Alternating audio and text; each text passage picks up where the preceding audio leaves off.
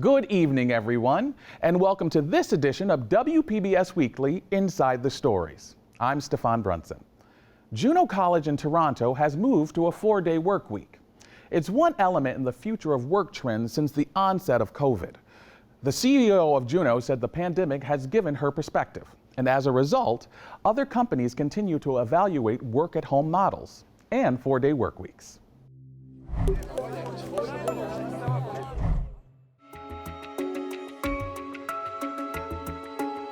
I just came to the realization that life is really about more than work, and just decided quite spontaneously, to be honest, that I think Juneau should move to a 4-day work week. The dream of spending less time at work and more time doing what you love is about to become a reality at Juneau College. The Toronto school, which helps people transition to jobs in technology, was founded 10 years ago by Heather Payne. She says that after a decade of abiding by the conventional 5-day workweek grind, the pandemic has given her perspective, and it was time to reevaluate what's important in life. What is it that you want for yourself in the next 10 years?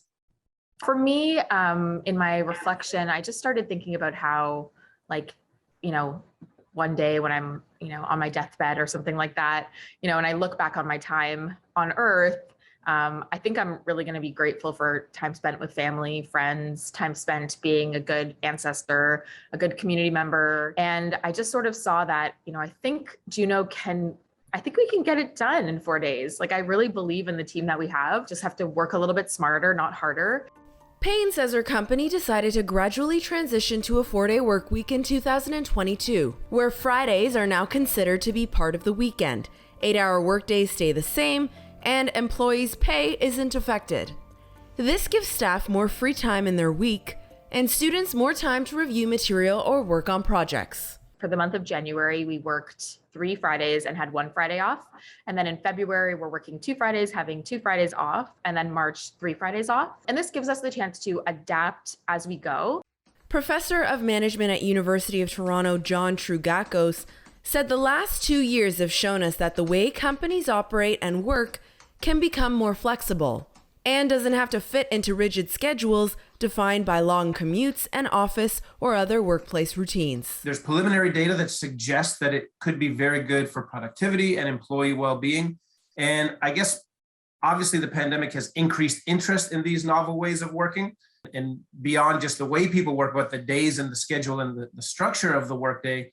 Do you know much about the history of how even a 5-day work week came about? And can you tell me a little bit about how we've gotten to the point where we are now and we work 5 days out of 7 days in the week?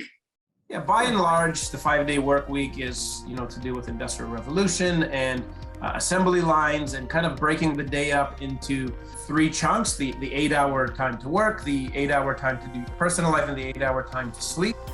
5 days a week made sense because people had 2 days for a weekend and, for different religious purposes as well. The trend is taking root with multiple sectors and countries. Dozens of companies based in the United Kingdom, for example, recently announced they are taking part in a 6-month pilot project this June, testing out the 4-day workweek. With now 30 companies taking part, the pilot will allow employees to work 32 hours a week with no change to their pay or benefits. Instead, based on studies elsewhere, employers in the project say they expect to see the benefits almost immediately. A positive shift to workers' work-life balance. We found that people are more concentrated on their jobs, that they meet deadlines better. For example, the pilot will not only measure workers' productivity levels, but it will also assess the program's effect on the environment and gender equality. The program manager for the campaign in the UK, Joe O'Connor, told Bloomberg, the program will help companies move away from simply measuring how long people are at work to a sharper focus on the output being produced. It's an idea that's gaining traction. I think more and more companies will shift to this, or at least try it out. And over time, the data will play out for what is going to prove to be the best way to work, I think. The hybrid model is another work trend gaining momentum during the pandemic, allowing workers more flexibility to work when they choose and where they want. Trougakos believes this model is here to stay. What do you have to say to people who are now being asked by their employers to come back into the office, to come back in full time and to get back into their old routine, even though they've been able to master the work from home schedule? I think the world has moved to hybrid. And I think if you look at any measurable data, any opinion, any survey that's out there, about 70% of people want to have that hybrid model. They want that flexibility. They want the autonomy that comes with it. And the jobs that can do it, it doesn't make sense to force people back into the office full time.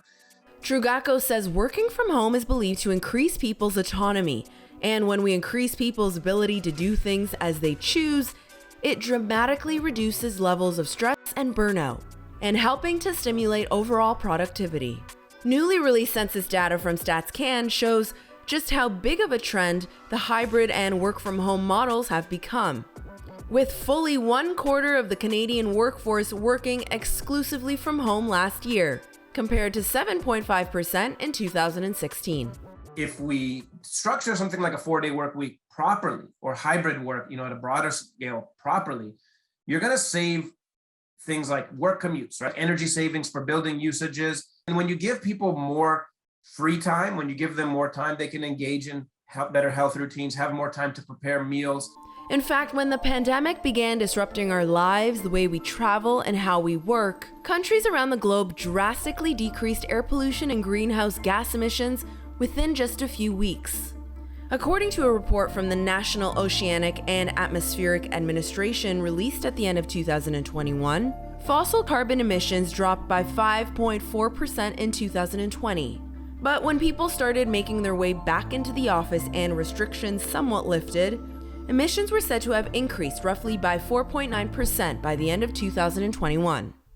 As for Payne, she hopes her shift to a 4-day work week encourages other companies who have the capacity to reconsider reshifting the way they operate. Hopefully with this 4-day work week stuff, really show people new ways of doing things and get other companies thinking outside of the box to create a better world for everyone. For Inside the Story, I'm Nikki Anastasakis.